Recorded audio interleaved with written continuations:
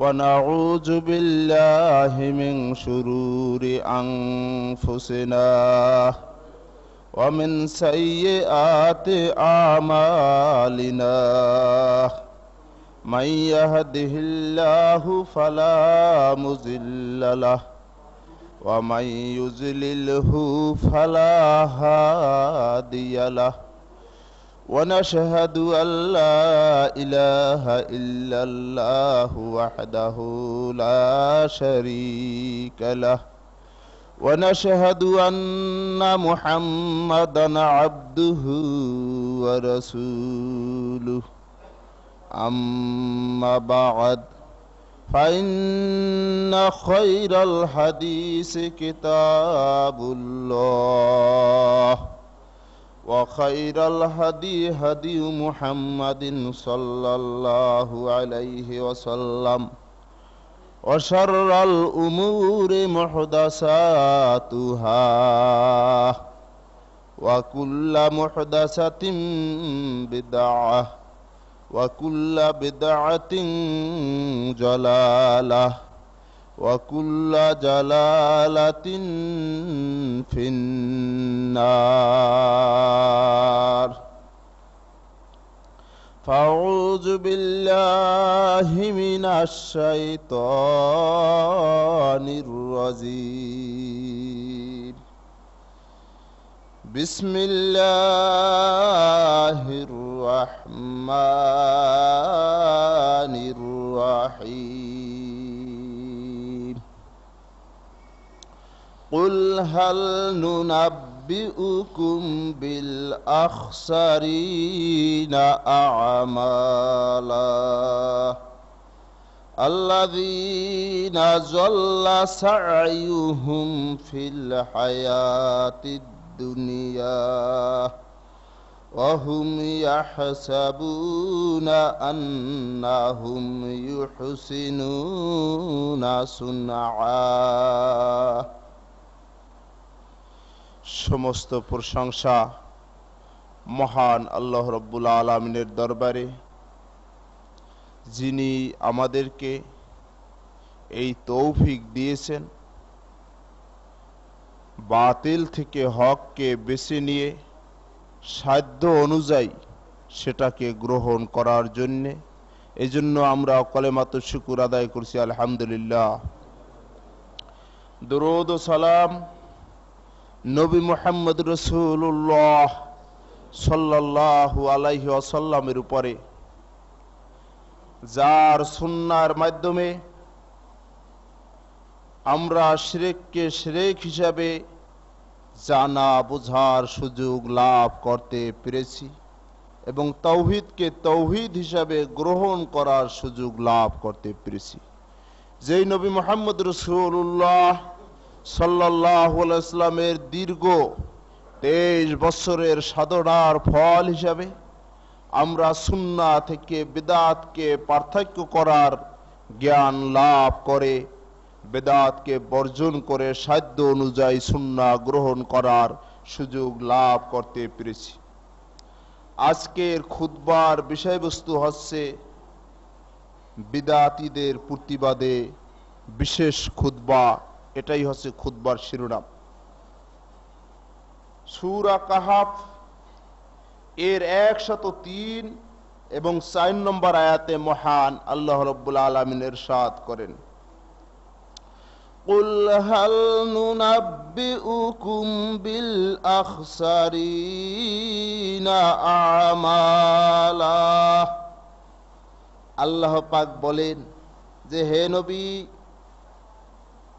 আপনি আপনার উম্মতদেরকে বলে দেন, হাল নুনাব্বিউকুম বিল আকসারিনা আমালা, আমল করার পরেও ওই আমল কোনো কাজে লাগবে না, ক্ষতিগ্রস্ত হবে এমন লোক কারা, এদের সম্পর্কে কি আমি বলে দেব? এরপরে মহান আল্লাহ রাব্বুল আলামিন এই লোকদের কথা বলে দিচ্ছেন নিজেই। আল্লাযীনা যাল্লা সাইয়ুহুম ফিল হায়াতিদ দুনিয়া,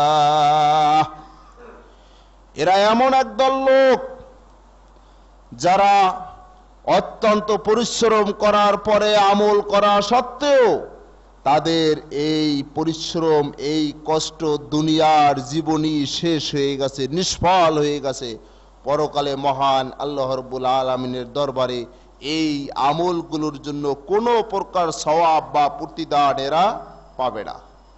ওয়াহুম ইয়াহসাবুনা আন্নাহুম ইউহসিনুনা সুনআ, অথচ এই লোকগুলি এরা ধারণা করে থাকে যে এরা যে আমল করেছে, ইবাদত করেছে, এটা খুব ভালো কাজই করেছে, এটা ভালো ইবাদতই করেছে, এর ভিতরে খুবই সওয়াব আছে।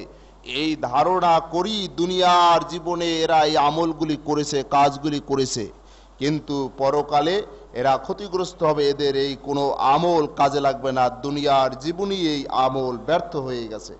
সূরা কাহাফ 103 এবং 4 নম্বর আয়াত। বিশ্ববিখ্যাত মুফাসসির কোরআন ইমাম ইবনে কাসির রহমতুল্লাহ আলাই এই আয়াতের ব্যাখ্যায় তাফসিরে ইবনে কাসির আরবি 3য় খণ্ড 107 নম্বর পৃষ্ঠায় বলেন, ওয়াইন্নামা হিয়া আম্মাতুন ফি কুল্লি মান আবাদাল্লাহ আলা গায়রি তরিকাতিন মারজিয়াহ ইয়াহসাবু আন্নাহু মুসিবুন ফিহা ওয়া ইন্না আমালুহু মাকবুলুন ওয়া হুয়া মুখতিউন ওয়া আমালুহু মারদুদুন। ইমাম ইবনে কাসির রহমতুল্লাহ আলাইহি এই আয়াতের ব্যাখ্যায় বলেন, এই আয়াত সাধারণত ওই সকল লোকদের জন্য প্রযোজ্য মান আবাদাল্লাহ আলা গায়রি তরিকাতিন মারজিয়া, যারা আল্লাহর ইবাদত করে কিন্তু আল্লাহর দেওয়া তরিকা মাফিক নয়, আল্লাহর পছন্দনীয় বিধান মতো নয়। ইয়াহসাবু আন্নাহু মুসিবুন ফিহা, ওই লোকগুলি ইবাদত করে আর মনে করে যে ঠিকই ইবাদত করতেছি, ইবাদত সঠিকই আছে। ওয়া ইন্না আমালুহু মাকবুলুন, আর আশা পোষণ করে যে আল্লাহর দরবারে এই ইবাদত কবুল হবে, গ্রহণযোগ্য হবে।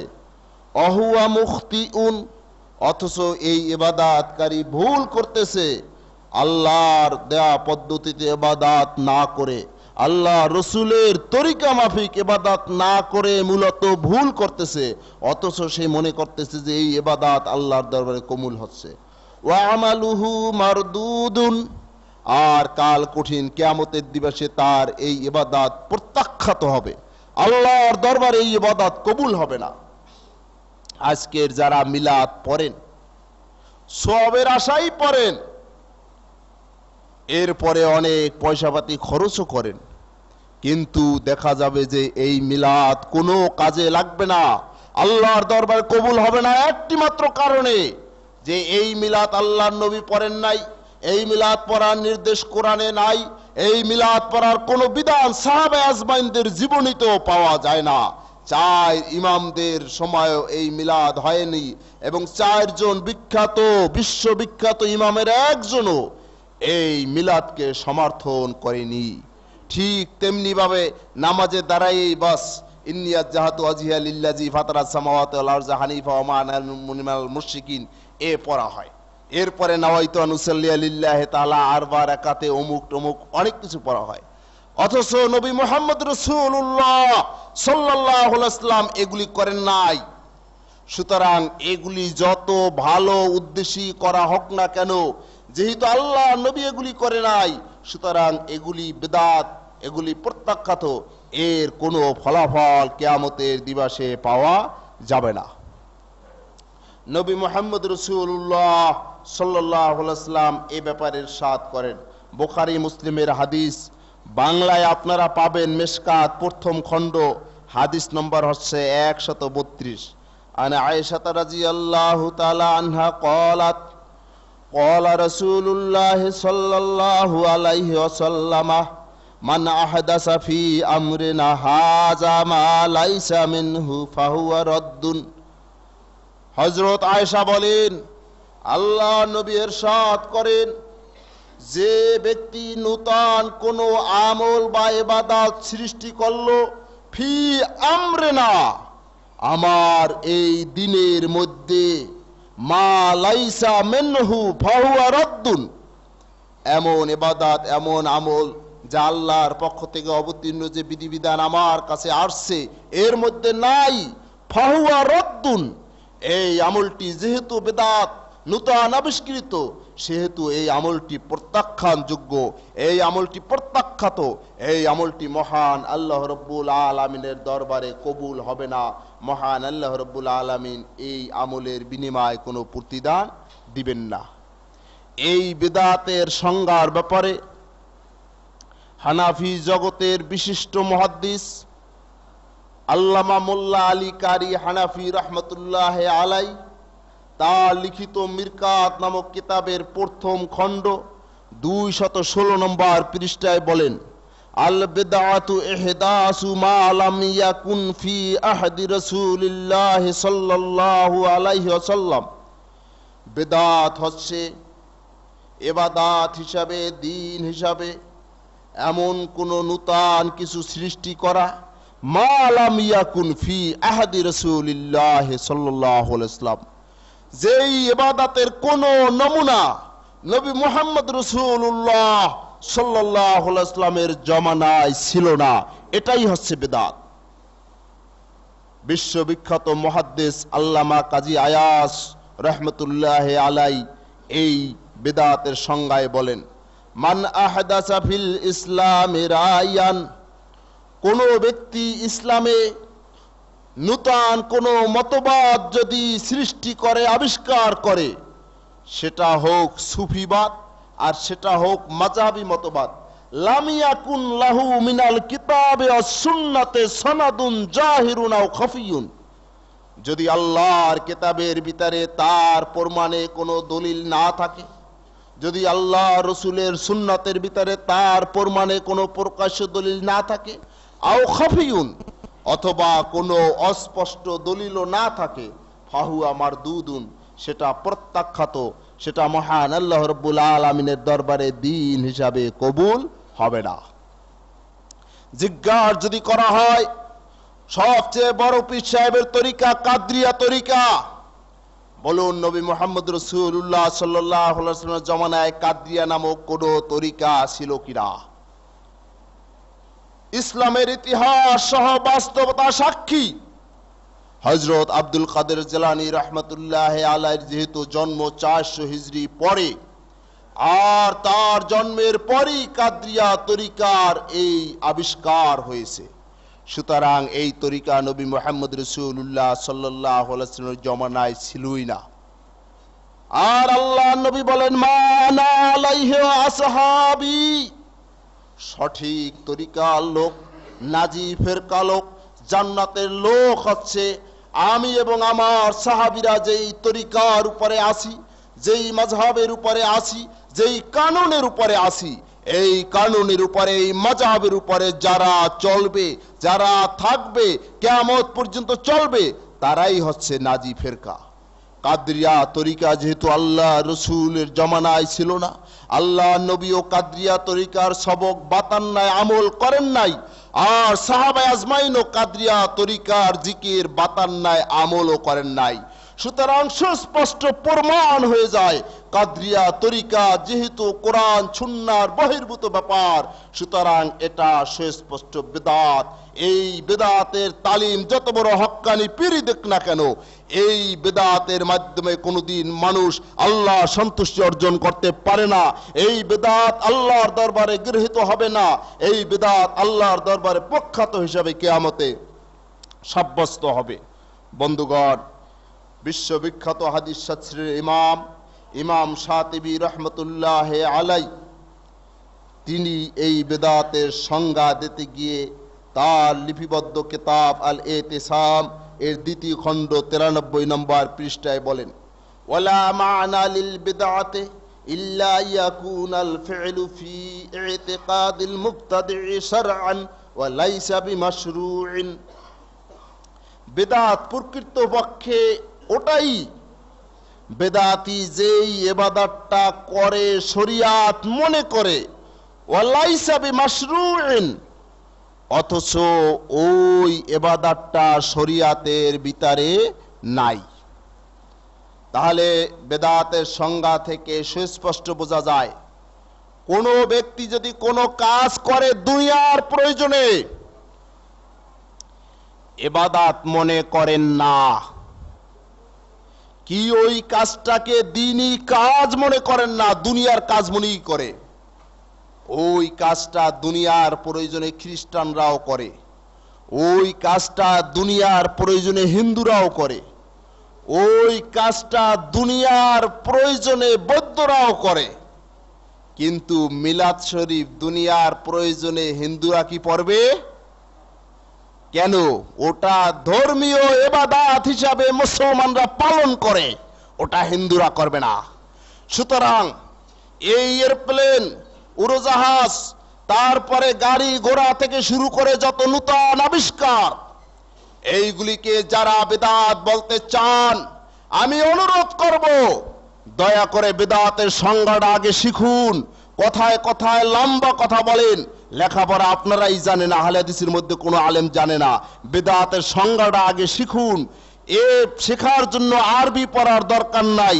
আল্লামা আব্দুর রহিম সাহেব বাংলা সুন্নাত বেদাত নামক যে কিতাবখানা লিপিবদ্ধ করেছেন, তার ভূমিকাই এই বেদাতের সংজ্ঞা দিয়ে দিয়েছেন। সুতরাং যারা বলে যে প্লেনও তো বেদাত, আহলে হাদিসে চলে কেন এতে, তারপরে বলে থাকেন বাসে চলে কেন, এটাও তো বেদাত, আগে আপনাকে বেদাতের সংজ্ঞা শেখা দরকার। আল্লাহ নবী নিজে বলেন, মান আহদাসা ফি আমরিনা হাজা, যে ব্যক্তি আমার এই দিনের ভিতরে নতুন কিছু সৃষ্টি করলো, ফি আমরিনা মানে ফি দীনিনা, বুখারী মুসলিমের হাদিস।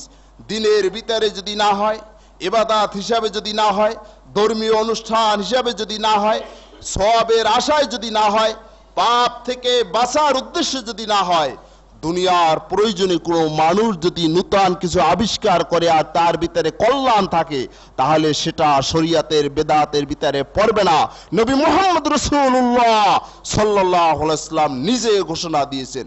সুতরাং যারা বলতে চান যে এই উড়োজাহাজ বেদাত, এই ফ্যান বেদাত, অমুক বেদাত, তমুক বেদাত, এগুলি আহলে হাদিসরা মানেন, সুতরাং আমরা মিলাদ পড়ি, একটু এটা কোরআন হাদিসে না থাকলে এটা মানবেন না কেন? তাদেরকে অনুরোধ করব, আগে বেদাতের সংজ্ঞা শিখুন, এরপরে বেদাত কাকে বলে রাসূলের হাদিস থেকে জানুন, বুঝুন, এরপরে ধরেন ফতুয়াবাজি করুন। নতুবা আপনার এই ফতুয়া আল্লাহ নবীর ফতুয়ার বিপরীতে যাচ্ছে। কিভাবে? আল্লাহ নবীর ঘোষণা, মান আহদাসা ফি আমরিনা, যদি আমার দিনের ভিতরে নতুন কিছু তৈরি করা হয় ইবাদত হিসাবে, তাহলে সেটা বেদাত হবে। এর থেকে বোঝা গেল দিনের বাইরে হলে যেহেতু বেদাত হবে না, সুতরাং দিনের বাইরের গুলোকেও যারা দিনের ভিতরের মতো বেদাত হিসাবে টেনে আনেন, তারা নবী মুহাম্মদ রাসূলুল্লাহ সাল্লাল্লাহু আলাইহি ওয়াসাল্লামের যে দেয়া সংজ্ঞা বেদাতের, এই সংজ্ঞায় তারা বিশ্বাস করেন না, মানেন না। এই বিদআতের পরিণাম অত্যন্ত ভয়াবহ। মুসনাদে আহমদ, আবু দাউদ, তিরমিজি, ইবনে মাজাহ, বাংলায় আপনারা পাবেন মিশকাত শরীফ প্রথম খণ্ড, হাদিস নম্বর 157। আল্লাহ নবী এখানে বলেন, ওয়াইয়াকুম ওয়া মুহদাসাতিল উমুর, সাবধান, তোমরা দিনের ভিতরে নূতন কোনো আবিষ্কার করা থেকে বিরত থাকো। ফাইন্না কুল্লা মুহদাসাতিন বিদআহ, কারণ হচ্ছে নূতন কোনো কিছু দিনের ভিতরে আবিষ্কার করা হচ্ছে বিদআত। ওয়া কুল্লু বিদআতিন জালালাহ, আর এই প্রতিটি বিদআতই হচ্ছে ভ্রষ্টতা। ওয়া কুল্লু জালালাতিন ফিন্নার, আর এই বিদআত করে যারা এই ভ্রষ্টতার শিকার হবে, তাদের স্থান হচ্ছে জাহান্নাম। নাউজুবিল্লাহ মিন জালিক। ইবনে মাজার 6 নম্বর পৃষ্ঠায় আল্লাহর নবী বলেন, যে ব্যক্তি এই বিদআত করবে, এই বেদাতির নামাজ, রোজা, হজ, যাকাত কিছুই আল্লাহর দরবারে কবুল হবে না। সুতরাং একটা ব্যক্তি আজীবন নামাজ, রোজা যা কিছু করেছে, কিছু যদি কবুল নাই হয়, তাহলে তার জান্নাতে যাওয়ার সুযোগ থাকবে কোথায়? এই জন্যই কিতাবুল ইতিসাম, এখানে নবী মুহাম্মদ রাসূলুল্লাহ সাল্লাল্লাহু আলাইহি ওয়াসাল্লামের একটি হাদিস উল্লেখ করা হয়েছে যে অকুল্লু জালালাতিন ফিন্নার, এই বেদাতীদের স্থান হচ্ছে জাহান্নাম। নবী মুহাম্মদ রাসূলুল্লাহ সাল্লাল্লাহু আলাইহি ওয়াসাল্লাম বলেন, আপনারা বুখারী শরীফ ইতিসাম বিল কিতাব ওয়াস সুন্নাহ অধ্যায় একেবারে শেষ দিকটা পাবেন হাদিসটি। আল্লাহ নবী বলেন তার উম্মতদেরকে, সাহাবায়ে আজমাইনদের সামনে বলেন যে দেখো, কিয়ামতের দিবসে হাউজে কাউসারের কাছে আমি তোমাদের আগেই থাকব। বিভিন্ন মাযহাবের লোক দলে দলে আমার কাছে আসবে। ওই সময় আমার হাতে যারা পানি পান করবে, হাজার হাজার বছর কিয়ামতের ময়দানে কাটানো সত্ত্বেও জান্নাতে পৌঁছার আগে আর তার পানির পিপাসা লাগবে না। একদল লোক আমার কাছে পানি পান করার জন্য আসবে, আমি নবী মুহাম্মদ রাসূলুল্লাহ সাল্লাল্লাহু আলাইহি ওয়াসাল্লাম তাদেরকে চিনব, তারাও আমাকে চিনবে, তারা আমারই উম্মত। যখন কাছে আসবে, হঠাৎ করে তাদের মাঝে পর্দা পড়ে যাবে, আমাকে আর তারা দেখতে পাবে না, আমি তাদেরকে পানি পান করাতে আর পারবো না। আমি আল্লাহর কাছে বলবো, হে আল্লাহ, এই লোকগুলো তো আমার উম্মত। তখন আল্লাহর পক্ষ থেকে আমাকে জানানো হবে, হে নবী, আপনি জানেন না আপনার পরে আপনার দিনের ভিতরে এরা কত নূতন ধরনের বিদআত যে আবিষ্কার করেছিল। সুতরাং ওই বিদআত আবিষ্কার করার কারণে আজ আর আপনার উম্মত হিসেবে তারা স্থান পাবে না। আল্লাহ নবী তখন বলে দেবেন, সোহকান সোহকান লিমান গায়্যারা মিন বাদি, দূর হয়ে যাও, এখান থেকে দূর হয়ে যাও, আমার পরে আমার দিনকে যারা বিকৃত করেছো, আমার দিনের ভিতরে যারা নূতন আবিষ্কার করেছো। বাংলা বুখারী শরীফ 10ম খণ্ড, ইসলামিক ফাউন্ডেশনের বাবু ইতিসাম বিল কিতাব ওয়াস সুন্নাহ, এখানে আপনারা দেখবেন এই হাদিসটি রয়েছে। সুতরাং এই বেদাত থেকে যদি আমরা না বাঁচি, তাহলে আল্লাহর দরবারে কিয়ামতের দিবসে মুক্তির আমাদের কোনো পথই থাকতে পারে না। অথচ বেদাতের ওয়াজ অনেকে করেন, কিন্তু কি কি জিনিস বেদাত, এইটা আমরা আজকের অনেক আলেমরা মনের দুর্বলতার কারণে বলতে পারছি না, বলছি না।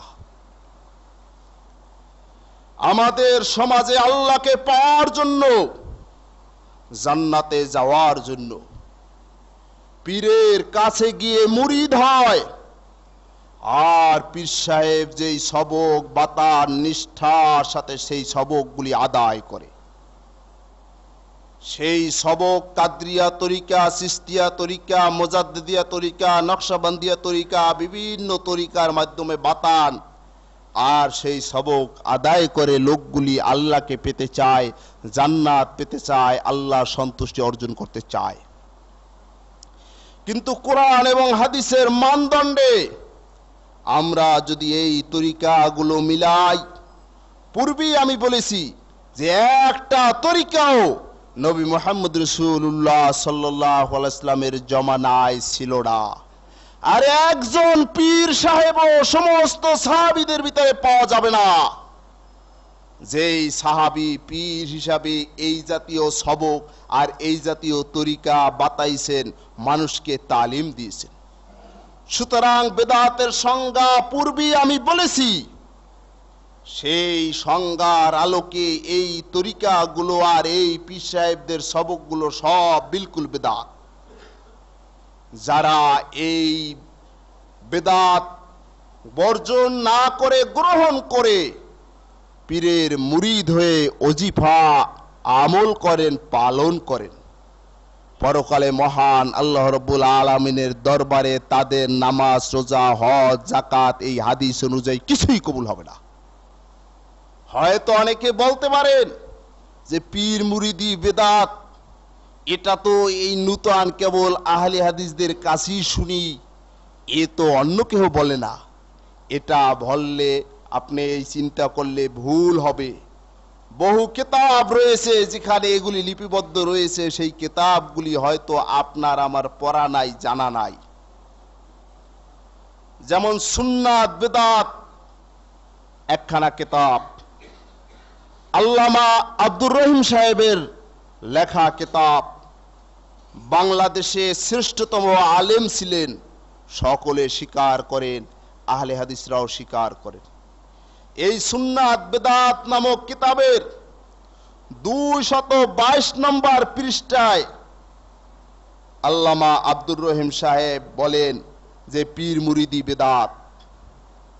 এরপরে কেন পীর মুরিদি বেদাত, এই বইয়ের ভিতরে বিভিন্ন বিষয় তিনি তুলে ধরেছেন। সুতরাং এই কথাটা একজন হানাফি বিদ্বান আল্লামা আব্দুর রহিম সাহেবও সাক্ষ্য দিয়েছেন, আর বেদাত হওয়ার কারণও উল্লেখ করেছেন। এটা কেবলমাত্র আমাদের আহলে হাদিসদেরই বক্তব্য না, যেহেতু কোরআন আর হাদিসের সাথে মিলছে না তাই বেদাত। আমি পীর মুরিদি সম্পর্কে কথা বললে বলি যারা হক্কানি পীর দাবি করে তাদের নেই, কারণ যাদেরকে ভণ্ড পীর বলে একদল পীর সাহেবরা প্রচার করেন, তাদের লেখা কোনো বই থেকে যদি বলি যে দেখেন পীর সাহেবরা বিশ্বাস করে এই এই এই, পীর সাহেবদের বক্তব্য এই এই এই, তখন বলেন যে আরে ও তো ভণ্ড পীর, ও তো হক্কানি না। সুতরাং চিন্তা করলাম যে এই ফাও সময় নষ্ট করে লাভ নাই। যদি কোনো কাজকে আমলকে বেদাত বলতেই চাই, তাহলে যেই পীর সাহেব সবচেয়ে হক্কানি পীর দাবি করেন ওই পীর সাহেবের লেখা বই থেকেই সেটা প্রমাণ করতে হবে। তাহলে হক্কানি পীরের অবস্থা যদি এই হয়, ভণ্ড পীরের অবস্থা কি তা তো স্পষ্ট ক্লিয়ার হয়ে যায়। এই পীর সাহেবরা সকলেই ওজিফা বাতান মুরিদ হওয়ার পরে 6 লতিফার ওজিফা, 6 লতিফার মাধ্যমে জিকির। এই ওজিফা বেদে মারেফাত ইয়াদে খুদায়ও এই সবক বাতানো আছে। এই বেদে মারেফাত ইয়াদে খুদার 50 নম্বর পৃষ্ঠায় রয়েছে। এই বইটা চরমনায়ের মরহুম পীর সাহেবের লেখা।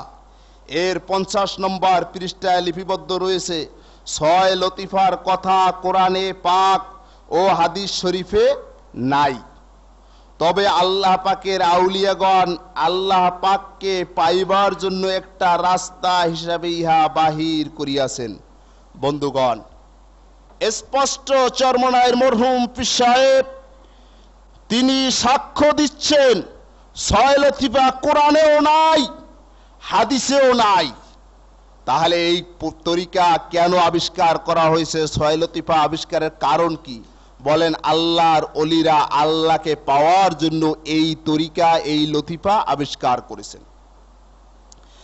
তাহলে যেটা কোরআনে নাই, হাদিসে নাই, সাহাবায়ে আজমাইন তো সেটা মানার প্রশ্নই ওঠে না।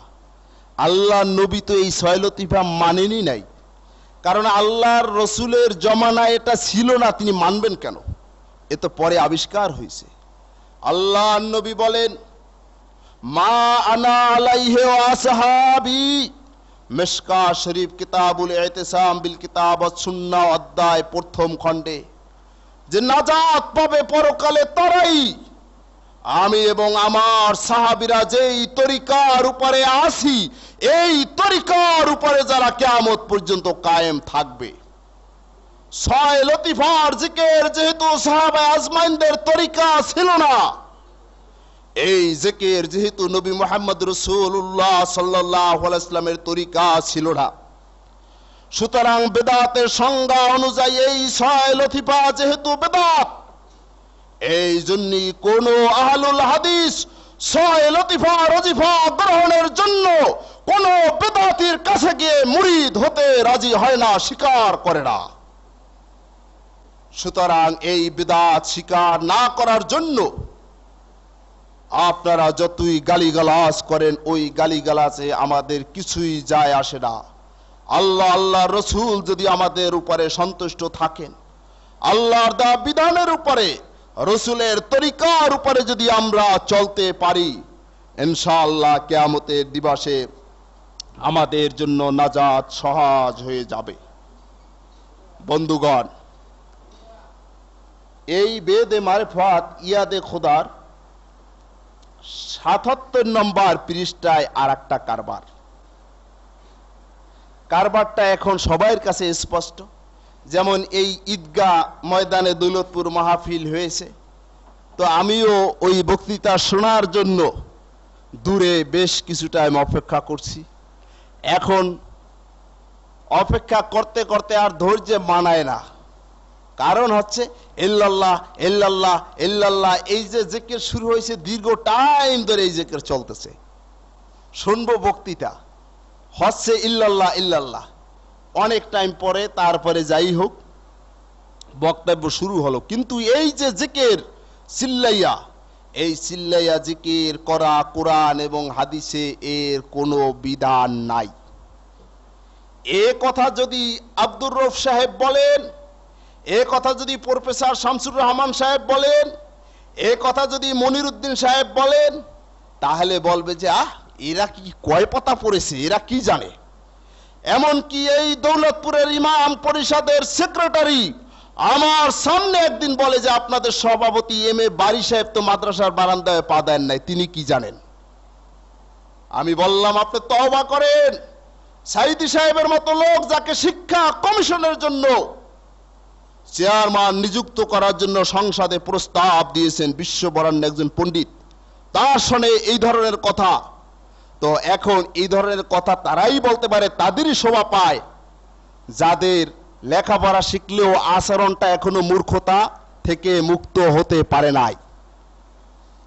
তো সুতরাং আমরা বললে বলবে যে এই জিকির নাই, কে বলছে? পীর সাহেব কি কম বোঝে নাকি? চরমনায়ের মরহুম পীর সাহেব নিজে বলেছেন, প্রমাণ করেছেন এই জিকির কোরআন আর হাদিসে নাই। চিল্লাই জিকির কিভাবে? চরমনায়ের মরহুম পীর সাহেব বলেন এই বেদে মারিফাতে ৭৭ নম্বর পৃষ্ঠায় যে আমি বরিশাল সারসিনার জনাব মাওলানা নেসারউদ্দিন আহমদ পীর সাহেব কেবলা আমাকে ভাই বলিয়া সম্বোধন করিয়া তাহার কুতুবখানায় বসিয়া আমাকে বলিলেন, ভাই আপনার মুরিদানকে এত বড় আওয়াজে জিকির কেন বাতান? বলিলাম, হুজুর সব ওলামাগণের মুরব্বী আপনি, যদি আপনি হুকুম দেন তবে আমি সকলকে আস্তে জিকির করিতে বলিব। কিন্তু হুজুর আপনার পীর ফুরফুরার হুজুর কেবলা আর আমার পীর জনাব কারি সাহেব হুজুর কেবলা আপনাকে ফুরফুরার হুজুর যেই প্রকার জিকির বাতাইয়াছেন, আপনি আপনার মুরিদানকে সেই প্রকার জিকির বাতাইতেছেন। এমনি ভাবে আমার হুজুর কেবলা আমাকে যে প্রকার জিকির বাতাইয়াছেন, আমার মুরিদানকেও আমি সেই প্রকার জিকির বাতাই। এখন যদি আপনি তরিকার দায়িত্ব গছিয়া নেন তবে আমি আস্তে জিকির বাতাইব। পীর সাহেব হুজুর উত্তর করিলেন, আমি তরিকার দায়িত্ব গছিয়া নিতে পারিব না। আপনার পীর সাহেব আপনাকে যেই প্রকার বাতাইয়াছেন আপনি সেই প্রকার বাতান। আমার পীর সাহেব কেবলা যেই প্রকার বাতাইয়াছেন আমি সেই প্রকার জিকিরই বাতাইব। এই সব নিয়ে আর কোনো কথা বলার দরকার নাই। বন্ধুগণ, এই লেখা থেকে প্রমাণ হয় কোরআন এবং হাদিসের কোনো দলিল এদের কাছে নাই। এদের পীর সাহেব যেই পীর সাহেবকে যেই ধরনের জিকির বাতাইয়াছেন, ওই পীর সাহেব মুরিদানকে সেই প্রকারের জিকির বাতান।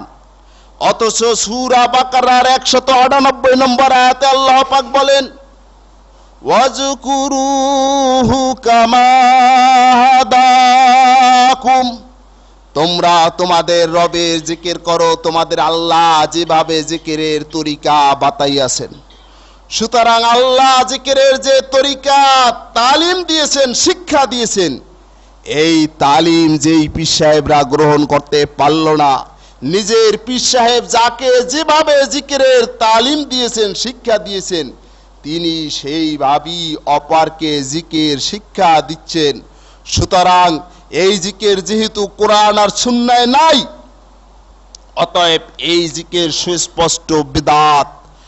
আর এই বিদআত তালিম যারা দেয়, এই তালিম গ্রহণ করে এই বিদআতের অনুসরণ করা আদৌ সম্ভব নয় বিদায়ী যারা কোরআন সুন্নাহর অনুসারী, তারা কোনো এই পীর সাহেবকে আর এই তরিকাকে আর এই তালিমকে গ্রহণ করতে পারছে না। এই বেদে মারিফত এর 84 নম্বর পৃষ্ঠায় আরেকটি সবক মুরিদদের দিচ্ছেন, যে সবকটার নাম হচ্ছে তৃতীয় সবক, হাফসে দম। এই সবকে তালিম দিচ্ছেন যে মুরিদ 200 বার ইল্লাল্লাহ জিকির করবে। যদি এদের কাছে প্রশ্ন করেন, ওই একই উত্তর কিয়ামত পর্যন্ত সময় দিলেও এই ইল্লাল্লাহ জিকিরের কোন দলিল কোরআন এবং হাদিস থেকে এরা দিতে পারবে না। যদি কোরআন এবং হাদিস থেকে এর দলিল দিতে না পারেন, তাহলে সুস্পষ্ট ইল্লাল্লাহ জিকির বিদআত বিদায়। এই জিকির যারা করে, এই জিকিরের যারা তালিম দেয়, মিশকাত শরীফের হাদিস অনুযায়ী তাদের প্রতি কোনো প্রকার আহলে হাদিসরা সম্মান প্রদর্শন করতে পারে না। কারণ বিদআতকে সম্মান প্রদর্শন করলে আল্লাহর দ্বীনেরই ক্ষতি সাধন করা হয়। মিশকাত শরীফ বাবু ইতিসাম বিল কিতাব ওয়াস সুন্নাহর হাদিস। আর এখানে আরো একটি সবক বাতানো হচ্ছে যে শ্বাস বন্ধ করে এরপরে 21 দম জিকির করতে হবে। কোনভাবে? শ্বাস বন্ধ করে এক শ্বাসে জিকির করতে হবে, আল্লাহ আল্লাহ আল্লাহ আল্লাহ আল্লাহ আল্লাহ আল্লাহ আল্লাহ। এইভাবে করতে করতে করতে করতে শ্বাসে না কুলালেও আওয়াজ বন্ধ হয়ে গেল, যতটা পারা যায় ততটা করতে হবে। আবার দ্বিতীয়বারে করতে হবে, এভাবে তাসবিহ গণতে হবে যে এক শ্বাসে কতবার করতে পারলো। এইভাবে শ্বাস বন্ধ করে যেই জিকির করবে এর নাম হচ্ছে হাফসে দম। এই জিকির 21 বার 21 দম জিকির করতে হবে ডেলি এক একজন মুরিদদের।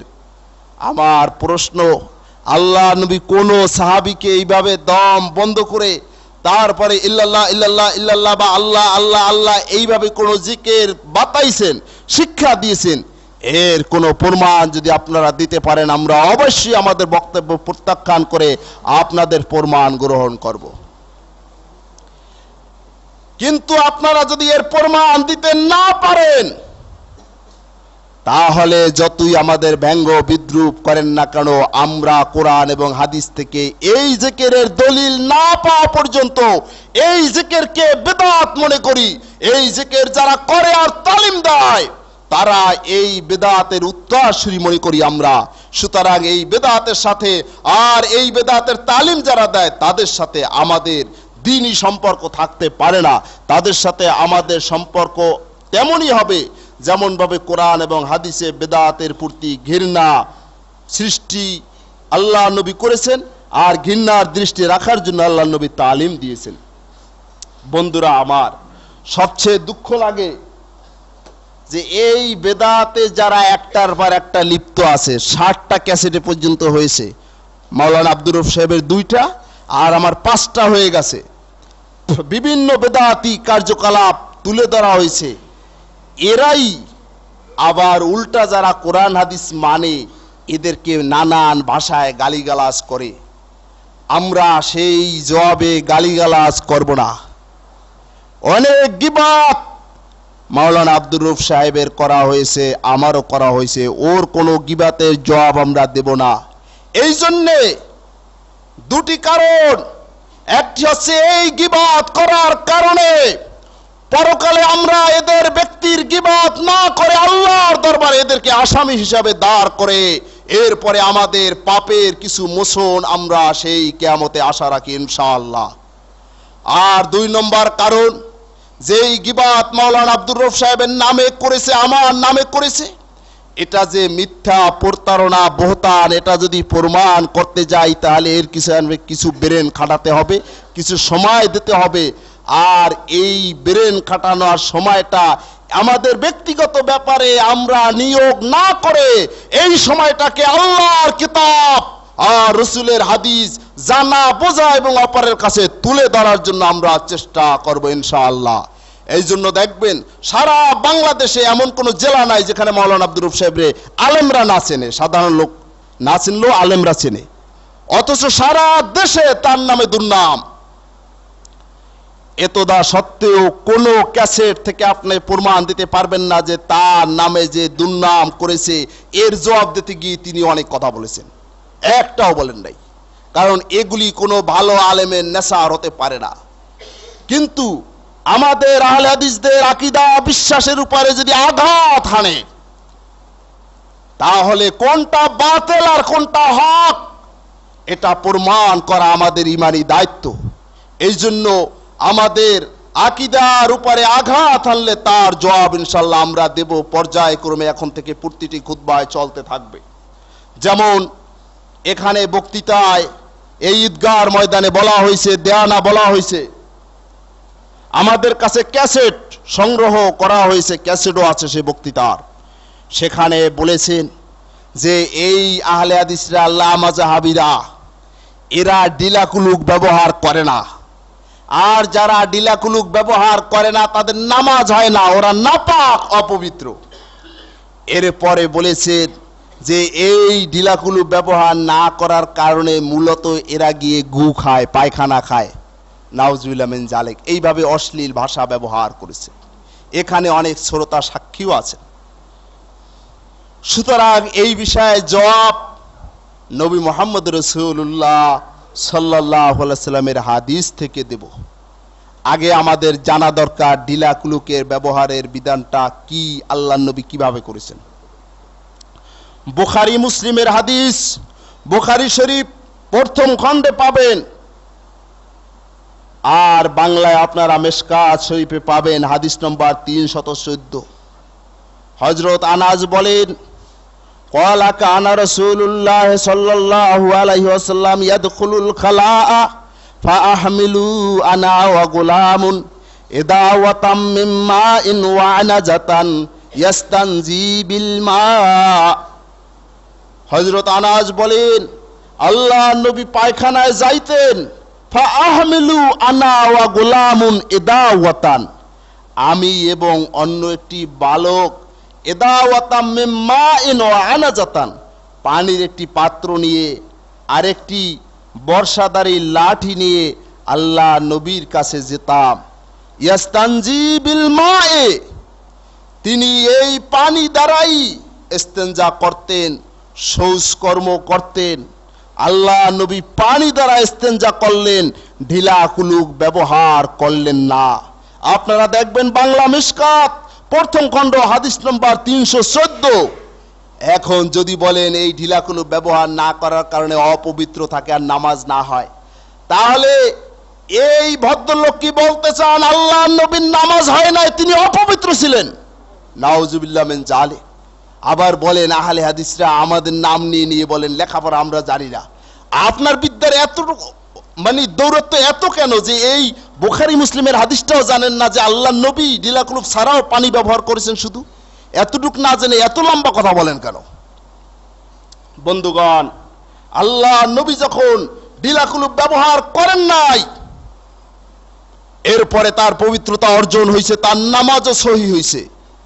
আমাদেরও পবিত্রতা অর্জন, নামাজ শুদ্ধ হবে ইনশাআল্লাহ ডিলাকুলুক ছাড়াই। যারা বলতে চান যে কারণে এরা পায়খানা খায়, নাউজুবিল্লাহ মিন জালিক, এই কথাটা নবী মুহাম্মদ রাসূলুল্লাহ সাল্লাল্লাহু আলাইহি ওয়াসাল্লামের বিরুদ্ধে যেহেতু, সুতরাং এই কথায় যারা বিশ্বাস করে তারা আল্লাহ নবীর এই হাদিস বিশ্বাস করে না।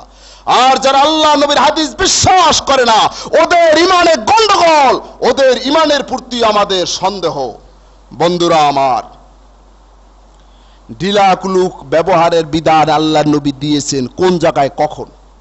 পানি না পাইলে পানির পরিবর্তে ঢিলা দ্বারা যদি কেহ পরিশুদ্ধি অর্জন করতে চায়, পবিত্রতা অর্জন করতে চায়, তাহলে তার পবিত্রতা হয়ে যাবে। কোথায় হাদিস? মুসনাদে আহমদ, আবু দাউদ শরীফ, নাসাই শরীফ, দারেমি, মিশকাত শরীফ বাংলায় প্রথম খণ্ড হাদিস নম্বর 321। এখানে হযরত আয়েশা রাদিয়াল্লাহু তাআলা আনহা বলেন, ক্বালাত রাসূলুল্লাহ সাল্লাল্লাহু আলাইহি ওয়াসাল্লাম ইজা যাহাবা আহাদুকুম ইলাল গায়িতি ফালিয়াযহাব মাহু বিসালাসাতি আহজারিন। আল্লাহ নবী বলেন, তোমাদের কেহ যখন পায়খানায় যাবে তখন সে যেন 3টি ঢিলা নিয়ে যায়, 3টি পাথর নিয়ে যায়। ইয়াস্তাতিবু বিহিন্নাহ, সে ব্যক্তি যেন পায়খানা করার পরে এই পাথর দ্বারা পবিত্রতা অর্জন করে, এই ঢিলা দ্বারা পবিত্রতা অর্জন করে। ফাইন্নাহা তুজিউ আনহু, জেনে রাখো এই পাথর দ্বারা, ঢিলার দ্বারা পবিত্রতাই তার জন্য যথেষ্ট, আবার তার জন্য পানি ব্যবহারের কোনো প্রয়োজন নাই। যে পানি পাইলাম না, আহারে পবিত্রতা হতে পারলাম না, এই ধরনের আফসোস বা হতাশার কোনো কারণ নাই। ফাইন্নাহা তুজিউ আনহু, এই পাথর কেবলমাত্র ব্যবহার করাই তার পবিত্রতা অর্জনের জন্য যথেষ্ট। আল্লাহ নবী পানি ছাড়াই ঢিলা দ্বারা পবিত্রতা অর্জন যথেষ্ট করেছেন। কোন ব্যক্তি যদি এখন ফতোয়া দেয় যে কেবলমাত্র ঢিলা নিলে পবিত্রতা হবে না, তাহলে এই ব্যক্তি নবী মুহাম্মদ রাসূলুল্লাহ সাল্লাল্লাহু আলাইহি ওয়াসাল্লামের বিরুদ্ধে ফতোয়া দেওয়ায় বেদাতি, আর শরীয়তের ভিতরে বাড়াবাড়ি করার কারণে এই লোকটা বেদাতি হবে। এই লোকটা সঠিক আকীদার অনুসারী হতে পারে না বা থাকতে পারে না। বন্ধুগণ, ঢিলা ব্যবহার না করে খালি পানি ব্যবহার করেছেন, এজন্য মহান আল্লাহ রব্বুল আলামিন কুবাবাসীদের প্রশংসা করেছেন। হাদিসটি আবু দাউদ শরীফ কিতাবুত তাহারাত 7 নম্বর পৃষ্ঠায়, ইবনে মাজাহ শরীফ হাদিসটি রয়েছে। বাংলায় আপনারা পাবেন মিশকাত শরীফ প্রথম খণ্ড হাদিস নম্বর 340। হযরত আনাস বলেন, ইন্না হাযিহিল আয়াত লাম্মা নাযালাত ফীহি রিজালুন ইউহিব্বুনা আন ইয়াতাতাহহারু আল্লাহু ইউহিব্বুল মুতাহহিরিন। সূরা তওবার 108 নম্বর আয়াত যখন নাজিল হয়, আয়াত হচ্ছে এই, ফীহি রিজালুন, ওই মদিনায় কোবার অধিবাসীরা, ইউহিব্বুনা আন ইয়াতাতাহহারু, তারা ভালোবাসেন, তারা চান যে তারা পবিত্রতা অর্জন করবেন, তারা পবিত্রতা অর্জন করতে ভালোবাসে। আল্লাহু ইউহিব্বুল মুতাহহিরিন, আর মহান আল্লাহ রব্বুল আলামিনও এই যারা পবিত্রতা অর্জন করতে চান, ভালোবাসেন পবিত্রতাকে, এদেরকে আল্লাহ পাকও ভালোবাসেন। ক্বালা রাসূলুল্লাহ সাল্লাল্লাহু আলাইহি ওয়াসাল্লাম ইয়া মাশারাল আনসার, আল্লাহ নবীর শানে যখন এই আয়াত নাজিল হয়, আল্লাহ নবী ওই আনসারদেরকে, কোবাবাসীদেরকে ডেকে বলেন যে হে আনসার সম্প্রদায়, ইন্নাল্লাহ ক্বাদ আসনা আলাইকুম ফিত তুহুর, মহান আল্লাহ রব্বুল আলামিন তোমাদের এই পবিত্রতার কারণে প্রশংসা করেছেন তোমাদের। ফামা তুহুরুকুম, তোমরা বলো কোন ভাবে তোমরা পবিত্রতা অর্জন করো, আল্লাহ পাক তোমাদের এই প্রশংসা কেন করলেন? ক্বালু, কোবাবাসীরা উত্তরে বলেন, নাতাওয়াজ্জাউ লিস-সালাতি ওয়া নাগতাসিলু মিনাল জানাবাতে, আমরা নামাজের জন্য ওযু করে থাকি, আর অপবিত্রতা থেকে পবিত্র হওয়ার জন্য আমরা গোসল করি। ওয়া নাস্তানজি বিল মাই, এরপরে আমরা যে কাজটা ব্যতিক্রম করি তা হচ্ছে পানির অভাব থাকা সত্ত্বেও পানি দ্বারাই আমরা ইস্তেঞ্জা করি, শৌচকর্ম করি। আল্লাহ নবী শোনার পরে বলেন, ফাহুয়া জাকা, হ্যাঁ এটাই, এজন্যই আল্লাহ তোমাদের প্রশংসা করেছে। সুতরাং ফাআলাইকুমুহু, তোমরা এই পানি দ্বারা শৌচকার্য করবে, এই পানি দ্বারা তোমরা ইস্তেঞ্জা করতে থাকো। বিশ্ববিখ্যাত হাফেজে হাদিস, বুখারী শরীফের জগৎ বিখ্যাত ব্যাখ্যার কিতাব ফাথুল বারীতে তিনি লেখেন যে যেহেতু ওই নামাজের জন্য ওযু করা এটা সাহাবীরা অন্যরাও করতেন, এরপরে অপবিত্র হলে, জুনুবি অবস্থায় হলে গোসল করে পবিত্রতা অন্যরাও করতেন। কোবাবাসীরা যেটা ব্যতিক্রম করেছেন তা হচ্ছে নাস্তান জি ইবিল মায়, পানি দ্বারা অভাব থাকা সত্ত্বেও ইস্তেঞ্জা করত, শৌচকর্ম করত। এই জন্যই মহান আল্লাহ রাব্বুল আলামিন এই কোবাবাসীদের শানে আয়াত নাজিল করে প্রশংসা করেছেন। তাহলে যারা বলেন ডিলাকুলুক ছাড়া পবিত্রতা অর্জন হবে না, স্বয়ং আল্লাহ ডিলাকুলুক ছাড়া পানি দ্বারা পবিত্রতা অর্জনের জন্য প্রশংসা করলেন। আর অন্যরা বলেন যে না, ডিলাকুলুক ব্যবহার না করলেও পানি ব্যবহার করলে পবিত্রতা হবে না। আমাদের বিশ্বাস, এই ফিরকা কোরআনের প্রতি বিশ্বাস রাখে না। কোরআনে যে এই সূরা তাওবার 108 নম্বর আয়াত, এই আয়াতের উপর বিশ্বাস করে না। এই জন্যই এরা এই ধরনের ফতোয়া দিতে পারে। আর যারা কোরআনের আয়াত বিশ্বাস করে না, তাদের ঈমানও সঠিক হতে পারে না। তাদের ঈমানের ব্যাপারেও আমাদের সন্দেহ সুস্পষ্ট। বন্ধুরা আমার, সুতরাং এই ঢিলা কুলুপের ব্যাপারে আমাদের বক্তব্য সুস্পষ্ট। আমাদের বক্তব্য হচ্ছে পানি এবং কুলুক উভয়টি একত্রে ব্যবহারের নির্দেশ কোরআন ও হাদিসে নাই। সুতরাং এ দুটার ভিতরে একটাই যখন ব্যবহার করতে হবে, তখন পানি পাওয়া গেলে পানি ব্যবহার করাই উত্তম, ঢিলার প্রয়োজন আর নাই। এই যে পানি ব্যবহার করাই উত্তম, এটা হানাফি বিদ্বানরাও বলেছেন। হানাফি বিদ্বান আল্লামা তকিউদ্দিন ওসমানী, একজন শ্রেষ্ঠতম মুহাদ্দিস, তিনি দরসে তিরমিজির প্রথম খণ্ড 219 নম্বর পৃষ্ঠায় বলেন,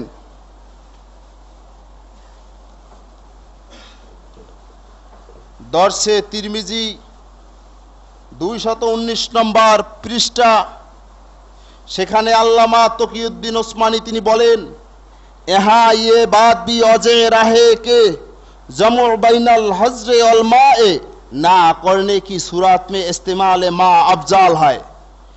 এই ব্যাপারে একথা স্পষ্ট যে পাথর এবং পানি দুইটা কি একত্রিত করা ব্যতীত কেবলমাত্র একটাই যখন ব্যবহার করতে হবে, এমতো অবস্থায় ইস্তেমালে মা আফজাল হয়, পানি ব্যবহার করাই হচ্ছে এমতো অবস্থায় উত্তম। তাহলে হানাফি বিদ্বান বলছেন যে দুটার একটা যদি ব্যবহার করতে হয় তাহলে পানি ব্যবহারই উত্তম। আর সেখানে যারা এখন বলেন যে কেবলমাত্র পানি ব্যবহার করলে পবিত্রতা অর্জন হবে না, তারা পায়খানা খায়, নাউজুবিল্লাহ, এমন উক্তি আমরা করতে পারছি না। তাহলে ওনারা কি ওনাদের মুরাব্বি হানাফি আলেমদেরও পায়খানা খাওয়াইতে চান? নাউজুবিল্লাহ মিন জালিক।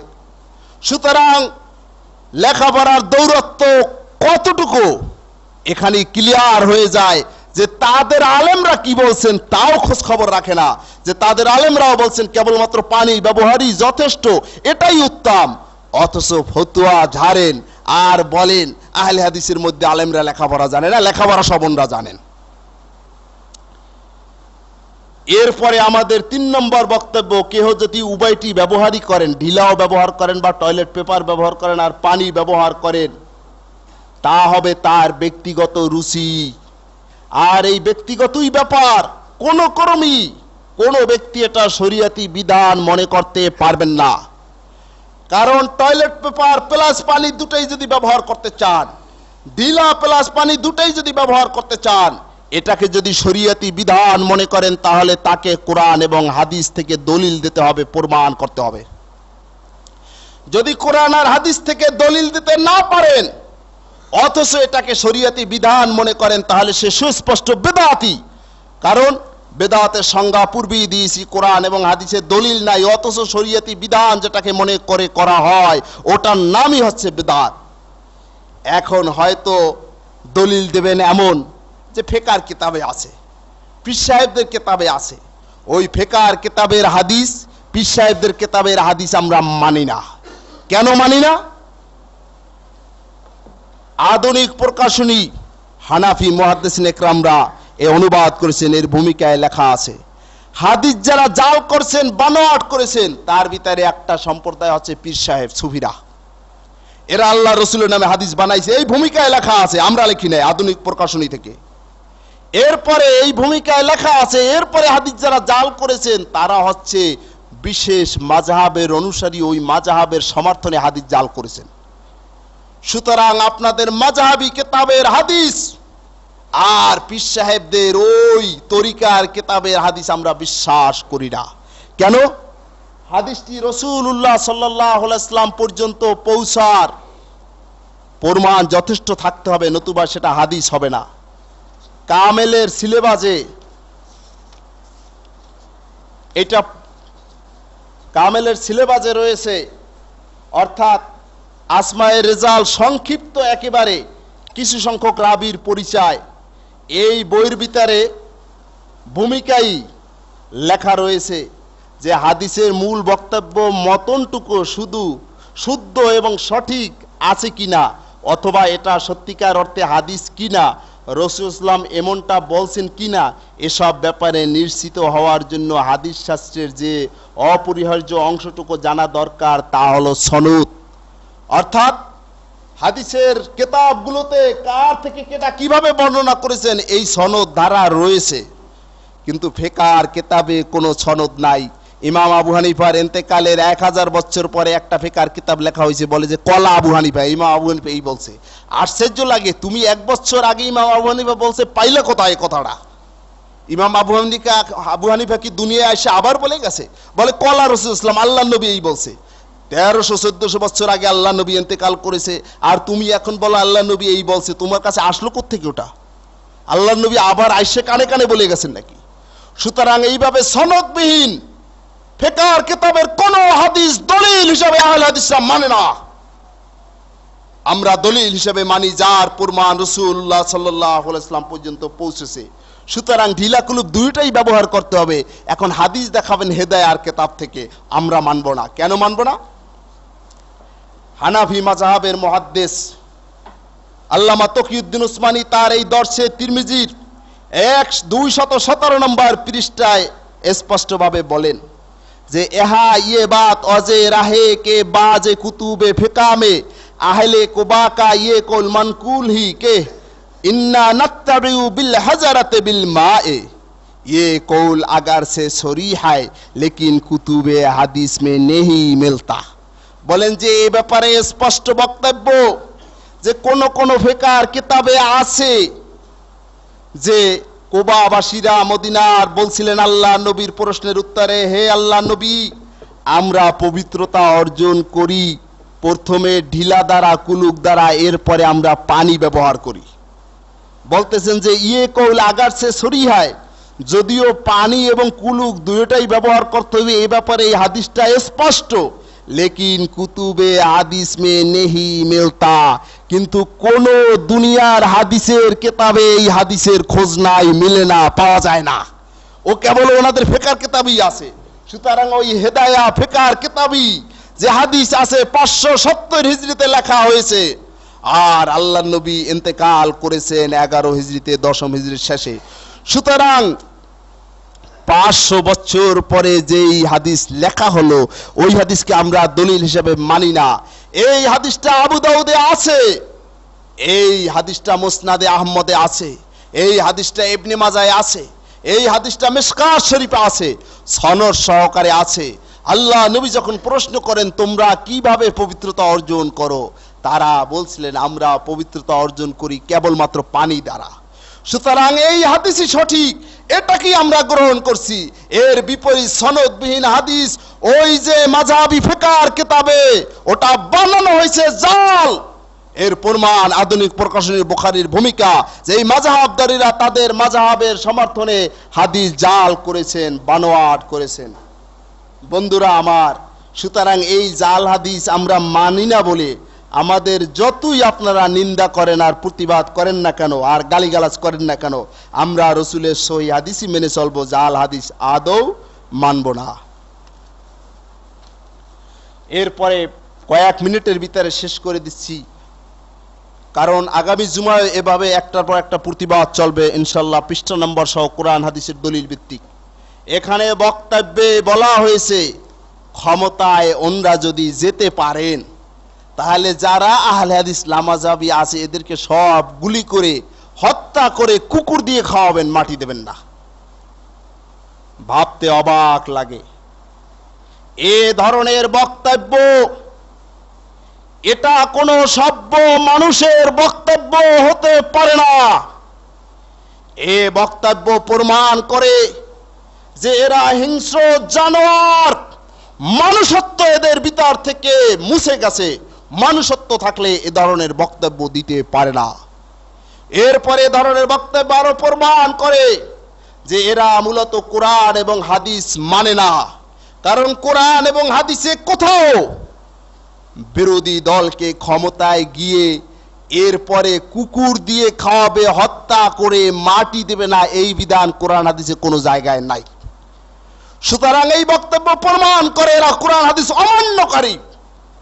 আর যারা কোরআন হাদিস অমান্য করে নিজেদের ব্যবসা জমানোর জন্য এই ধরনের বক্তব্য রাখতে পারে, তাদের আকীদা বিশ্বাসের সাথে, তাদের ইমানের সাথে আমাদের আকীদা বিশ্বাস ইমানের মিল হতে পারে না। ধর্মীয় মাহফিলের নামে বিভিন্ন রাজনৈতিক দল উল্লেখ করে যে গালিগালাজ করা হয়েছে, এই গালিগালাজ প্রমাণ করে যে এরা কোরআন হাদিস অমান্যকারী ধর্ম ব্যবসায়ী। কারণ কোরআন হাদিসে ওই বিশ্রী ভাষায় গালিগালাজ করার কোনো প্রমাণ নাই। বিশ্বাস্ত সূত্রে জানতে পারলাম বাজার মসজিদের ইমাম সাহেবের কাছে একজন হানাফি যাওয়ায় আমাদের বিষয় উল্লেখ করায় তিনি বলেন যে ওদের ব্যাপারে সমাধান হচ্ছে যেখানে পাবা গুলি করে হত্যা করবা। সুস্পষ্টভাবে আমরা বলতে চাই, আহলে হাদিসের একটা লোকও যদি কোথাও আহত হয় আর মারা যায়, তাহলে এই বাজার মসজিদের ইমাম সাহেব মনিরুল ইসলাম সাহেব, এই ইমাম পরিষদের সভাপতি মাওলানা আশেক এলাহি সাহেব, আপনাদেরই দায়িত্ব গ্রহণ করতে হবে।